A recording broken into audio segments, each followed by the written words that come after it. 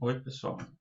É, Nesse vídeo eu vou explicar para vocês como que nós trabalhamos com algarismos significativos no Excel e como nós levamos, né, a informação de erro experimental para um programa de ajuste gráfico como o Excel, ou como o SciDavis, tá?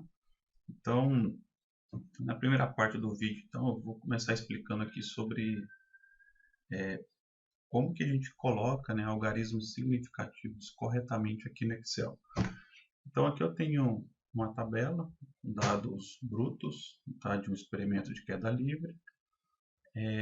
Vejam que nós temos duas colunas, uma de tempo e uma de posição. E os algarismos significativos aqui não estão todos mostrados, né? Aqui você tem um algarismo, aqui também um, né? Aqui você tem dois, aqui você tem três, né? Mas veja que eles estão desordenados, né? E na coluna da posição nós temos vários algarismos, né? Foi uma medida feita com uma régua, e a gente sabe que a precisão de uma régua ela está com uma faixa de erro de meio centímetro, tá? Então, o que a gente esperava, né, que os algarismos significativos tivessem ah, números, né, valores até a primeira casa decimal. Bom, isso acontece porque o Excel trabalha com números como matemática, né? Então, a matemática, é, para a matemática, você pode ter quantos algarismos você quer em um número. Porém, né, no caso de física, né, a gente tem os algarismos significativos que estão associados com a precisão da nossa medida, né, e associados com o instrumento que a gente mede, né, com a limitação do instrumento. Então, como que a gente informa para o programa, né, no caso aqui do Excel, quantos algarismos significativos nós devemos ter? Bom, então para isso, né, a gente vai precisar ver aqui essa parte do Excel chamada número, tá? Então, vamos começar aqui com a coluna do tempo. Quando a gente seleciona uma célula aqui dessa coluna, a gente vê que está em geral, né? É, Todos os valores aqui da célula estão em geral. Bom, para alterar isso, vocês podem tanto selecionar a coluna toda ou apenas os pontos aqui de experimentais de vocês. Então, eu vou selecionar os pontos. A primeira coisa que eu vou fazer, né, é vir aqui e mudar para número. Tá? Então, vou mudar para número. Vejam que agora mudou, né? A forma dos nossos valores aqui da grandeza, e eles estão agora corretamente ordenados, né? No nosso caso, a gente tem três algarismos à direita da vírgula, né? E aqui está aparecendo apenas dois. Como que nós fazemos, então, para adicionar um algarismo a mais? Então, a gente seleciona, né? E vou ter essas duas opçõezinhas aqui, ó. Uma para reduzir, né? Tá vendo? E outra para aumentar, né? Então, a gente aumentou até 3 unidades aqui, 3 valores, né, à direita da vírgula. E veja que eles estão todos formatados, né, com a mesma quantidade aqui de valores aqui à direita da vírgula. Nós podemos fazer a mesma coisa para a posição, né? A gente seleciona os valores da posição, já está formatado para número, tá? E nós queremos apenas uma casa, tá? Então, nós temos aqui apenas uma casa à direita da vírgula, tá? Então é dessa forma que no Excel a gente ensina para o programa quais algarismos devem aparecer, né? Que são os algarismos significativos. Notem que o zero, né, está explícito aqui, como deve ser, né, como um algarismo significativo. Então, à direita da vírgula, né, os zeros à direita, não só à direita da vírgula, né, eles têm que estar à direita de algum valor, né, eles são significativos, né, e esses zeros aqui à esquerda, né, não são significativos. Por exemplo, 0,033 esses dois zeros aqui, expressos aqui à esquerda desse valor, né, não são significativos, tá?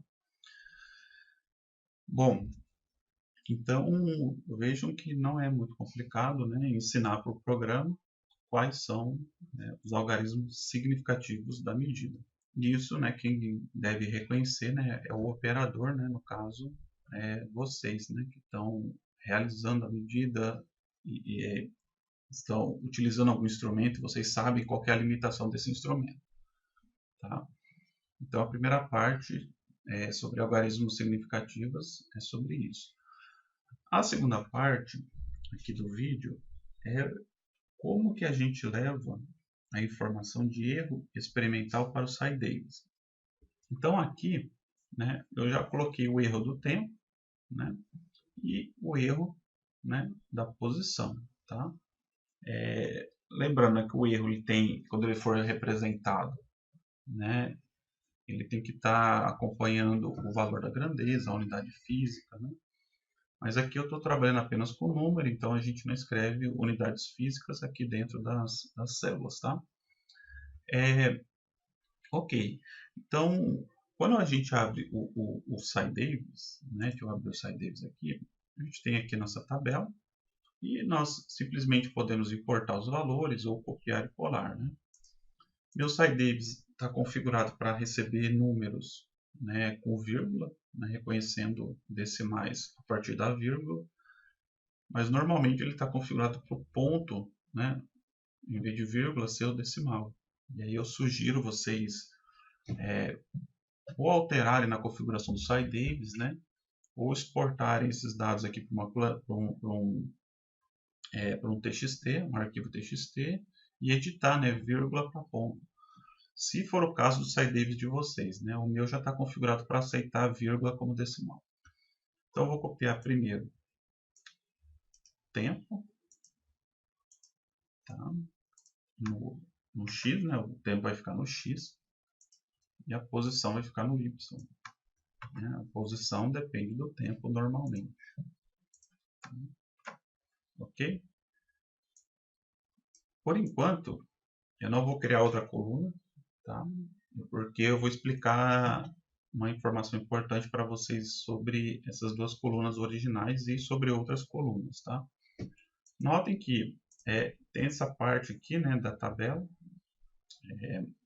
são essas configurações, e quando a gente clica em cima de um valor, em cima de todos os valores da coluna, o tipo, né, de informação dentro de cada célula é em texto. Tá? Então isso pode atrapalhar bastante quando vocês forem fazer gráficos. Então vocês têm que selecionar aqui, selecionar número, tá? E aplicar. Quando vocês aplicam, vocês vejam que apareceu muitos algarismos aqui, que são esses dígitos decimais. Então, vocês olhem para a coluna de vocês têm 3 dígitos decimais aqui, né?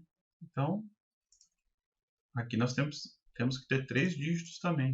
Então, eu vou diminuir para 3. E aplico. Tá vendo? Então, agora eles têm 3 dígitos decimais novamente, tá? A mesma coisa para o Y. Eu vou mudar para número. Nós temos apenas um dígito decimal. E aqui eu tenho que ter um dígito decimal. Seleciono até 1 e aplico. Deixa eu aplicar novamente. Pronto, um dígito decimal. Tá vendo? Então, é importante ficar atento se os valores aqui são números, né? Porque isso pode atrapalhar na hora de fazer um gráfico. Deixa eu ampliar aqui, diminuir aqui um pouco, tá? Agora eu vou inserir o erro, tá? Eu venho aqui, né? Adiciono uma coluna, tá? Seleciono aqui, seleciono ela, né? Botão direito. Vou configurar a coluna para ser agora uma coluna de erros em Y. Né? Vocês podem criar também a dos erros em X, tá? No caso de erros em Y. E aí eu venho aqui, né, vejo qual que é o erro em Y. Lembrando que a posição está no Y, então é meio. Né? Nós temos que vir aqui e colocar meio. Lembrando que são todos os valores agora da célula, então pode dar Ctrl C, Ctrl V, Ctrl C, Ctrl V, Ctrl C, Ctrl V, todos os valores, tá? Se tiver algum valor em branco pode dar problema. Tem que ficar atento que são todos os valores, né? Seleciono a coluna, vejo se ela está numérica, ela não está numérica. Vou aplicar primeiro, né? E agora eu vou selecionar os decimais para um decimal. Eu só quero um decimal, né? Está aqui configurado, tá bom? E, né, agora a em Y, só na coluna, configurar valores para o erro em X, né? Perdão, tinha falado Y, né? É X, tá? Então, vamos ver qual que é o erro de X. 0,001. 0,001. Vou copiar todas.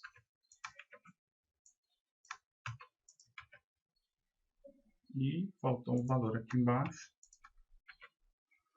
Ok. Seleciono aqui. Forma de número. E eu vou ter 3 casas decimais. Pronto, tá aí. Ok? Bom, então aqui agora nós colocamos na tabela, né? Quais são os erros, né? E os valores das medidas. Se vocês quiserem, vocês podem simplesmente arrastar aqui, né? Para ficar o valor de x com o seu erro, né? E o valor de y com o seu erro. A única coisa que tem que ficar atento é que a numeração de cada coluna, que isso vai ser importante depois. Então, a coluna x, né? Ela é a número 1, a y número 2, o erro de y número 3 e o erro de x número 4. Agora eu vou selecionar as colunas. Tá? Posso vir com o botão direito, né? E fazer o plot em pontos, né? Lembrando que é ponto, não é linha e ponto, é só ponto. Tá? E aí está nosso gráfico. Eu já configurei meu Site Davis para ele ficar com esses símbolos grandes, né? Mas nesse caso aqui isso está mascarando, né, a barra de erro. Vou clicar aqui em cima, vou diminuir aqui para 1, vou deixar pequenininho. Tá? Clicar, ok. Vejam, né, que é para ser uma cruz, né? Então por isso que tá meio estranho o formato aqui, porque a barra de erro é uma cruz, né? Mas nós podemos vir no símbolo aqui, tá? E tirar, por exemplo, o símbolo. Uma linha que vai passar em cima do nosso símbolo, tá? Posso tirar, por exemplo, o erro de x, né? Deixar só o erro em y, então deixar a barrinha aqui em cima. Tá? Então, visualmente não ficou muito bonitinho, mas aqui está a barrinha de erro nosso, né? Que é essa cruzinha, tá? E, né? Nós precisamos agora fazer o ajuste, tá?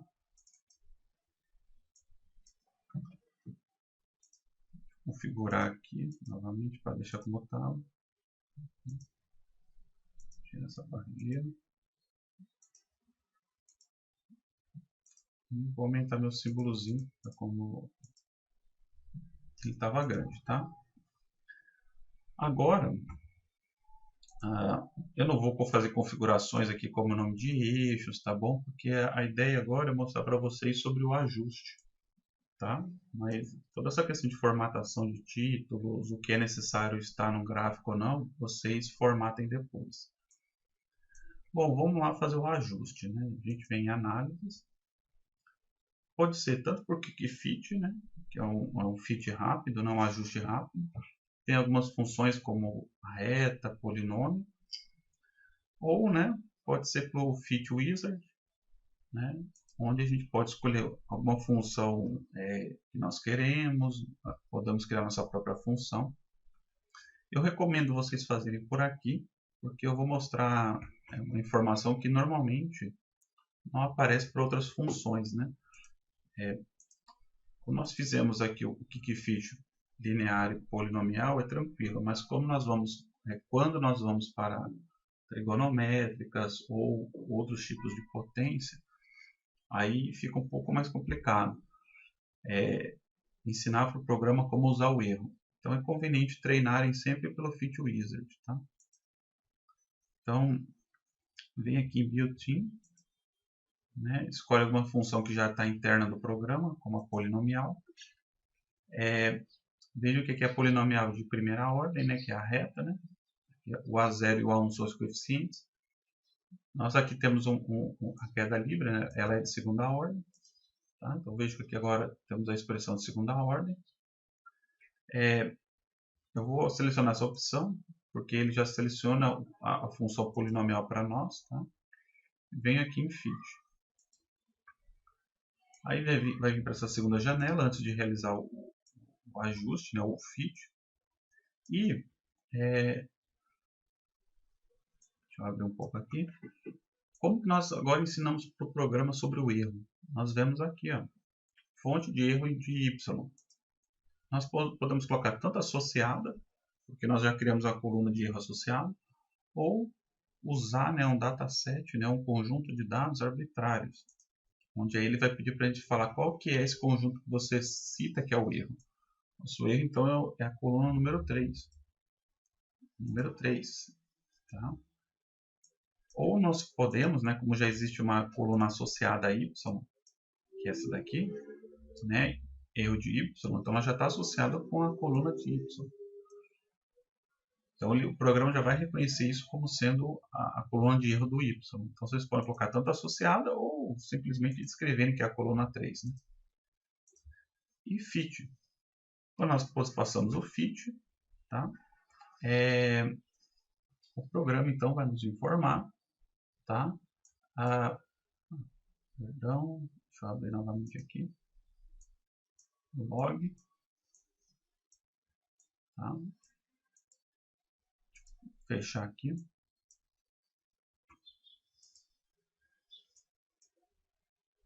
Está indo ali para a janela de cima, então deixa eu só ampliar aqui. Pronto. Tá? Então aqui nós temos a função, né? Os coeficientes A0, A1 e A2. Né? E aqui são os valores obtidos a partir do ajuste gráfico. Tá? E aqui então está nosso valor, né? Que a gente vai usar para determinar a aceleração da gravidade com, né, seu erro. Tá? Mas lembrando que vocês vão precisar fazer os arredondamentos de algarismos significativos, porque aqui não está correto. Né? Para isso, vocês precisam utilizar as regras, né, de algarismos e para identificar o duvidoso e as regras de arredondamento. Tá? Então, é assim que o programa, né, o SciDavis ou o Orange, né, reconhecem, né, a coluna de erros e fazem o fit, né, ou seja, fazem o ajuste, não só passando perto dos pontos experimentais, como passando também dentro, né, da faixa de intervalos de confiança.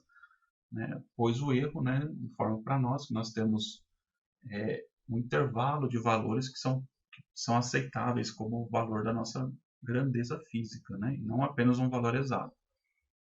Então, quando nós ensinamos isso para o programa, ele vai tentar achar uma curva, né, teórica que vai passar não só em cima ou mais perto possível dos pontos experimentais, como, né, vai tentar passar também dentro do limite que a gente definiu para cada intervalo de grandeza. Né? Então, nunca essa curva vai passar fora disso, né? Fora desse intervalo. Se passar, é porque o dado experimental ele precisa ser observado, pois pode ter havido um erro muito grosseiro na hora de fazer a medida. E aquele dado experimental ficou muito fora, né, dos demais valores. Mas isso é raro de acontecer se a pessoa que estiver operando a medida for cuidadosa, né? e reduzir ali o erro sistemático ou um erro aleatório, tá bom?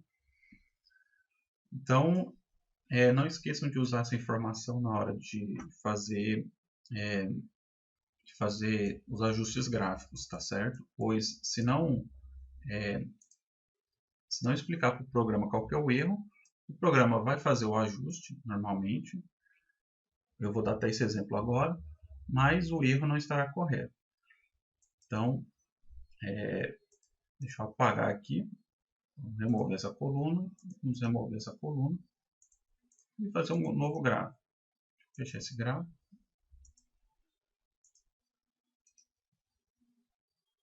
Ótimo.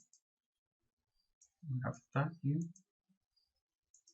Vou vir rapidamente aqui em fit polinomial, dar um fit, ok? Vejam agora, né, que o erro experimental, né, é diferente do erro experimental que a gente tinha antes, né? Então esse erro, na verdade, não é um erro experimental, né, pois o programa não reconhece em nenhum lugar qual que é o erro, né? Nós não informamos mais para o programa qual que era o erro que vinha lá do nosso experimento, do nosso instrumento, tá?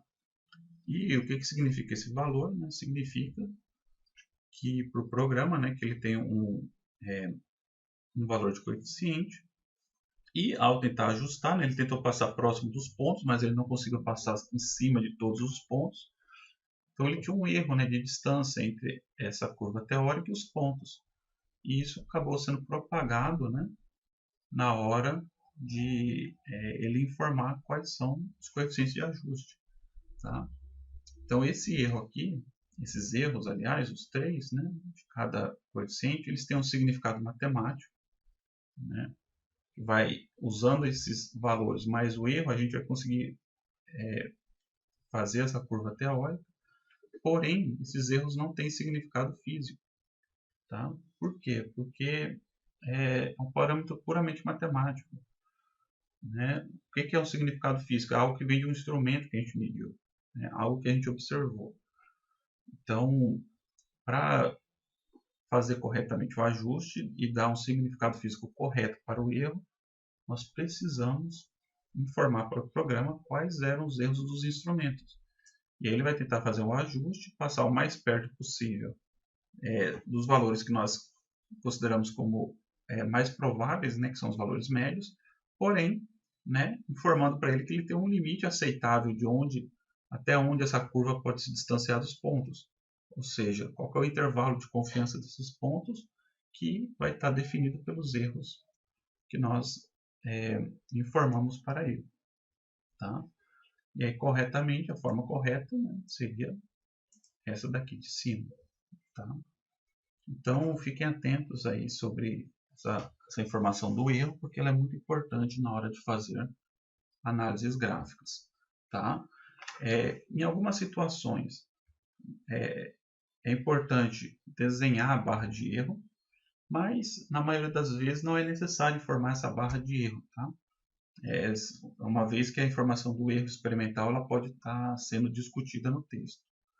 Tá? Então, às vezes, para fins estéticos, né, visuais, vocês podem fazer o gráfico sem a barra de erro, mas em outros casos isso é uma exigência, né, vocês mostrarem. Tá? Então, fiquem atentos a isso também, né? Se é necessário ou não mostrar a barra de erro no gráfico. Tá certo? Bom, então, nesse vídeo, então, eu queria falar com vocês sobre essas duas informações, né, que também causam muitas dúvidas, que é como trabalhar com algarismos significativos no Excel e como adicionar erros experimentais nos programas de análise gráfica. Eu espero que esse vídeo tenha sido útil para vocês e que ajude aí vocês a trabalharem, né, corretamente aí com análises gráficas. Então, até a próxima.